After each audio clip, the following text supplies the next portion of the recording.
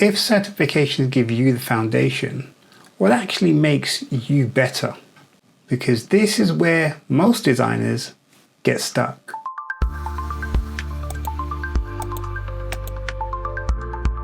Now in part 1 we talked about UX certifications, and the key takeaway, well, was simple. They matter because they give you exposure, they give you structure, they give you a way to think, but they don't complete the journey. And that's where this conversation gets way more interesting. Because once you've got the foundation, what actually moves you forward? What actually makes you better? Well, not more knowledge, better. The first thing to understand is this. UX is not one skill. It's a stack. And most people only see the top layer. Now, this is where most people start. Well, with the tools, the UI, the wireframes, the prototypes. And there's nothing wrong with that because you need those things. And this is where certifications help. Understanding, behavior, research, usability, structure. And this is where things start to make sense because this is also where most people stop. But now it gets harder because now we have to talk about the business. Because now you need to understand goals and metrics and trade-offs. And then suddenly UX isn't just about users anymore. It's about the organization and their needs. And this is where very few designers operate. But that's how everything connects. People, processes, technology, decisions. So when people ask, how do I get better at UX? The real question is, which layer are you stuck in? Because here's what I've seen over and over again. Designers don't get stuck because they're not capable. They get stuck because they optimize for the wrong thing. I mean, let's expand on that a bit. They optimize for more courses, more tools, more knowledge, instead of better decisions, better judgment, better outcomes. I mean, for example, you could spend months learning a new tool and it won't make you better.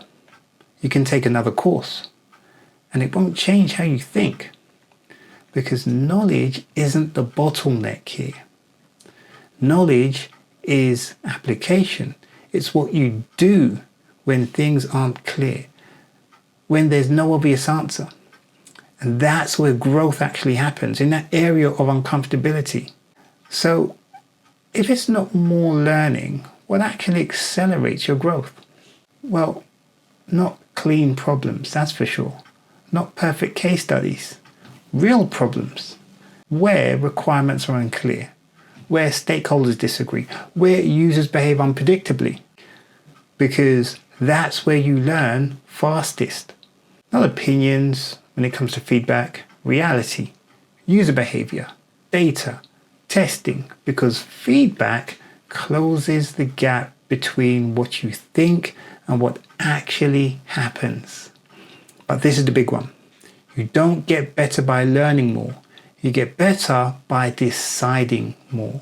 Making calls under pressure with incomplete information, for example.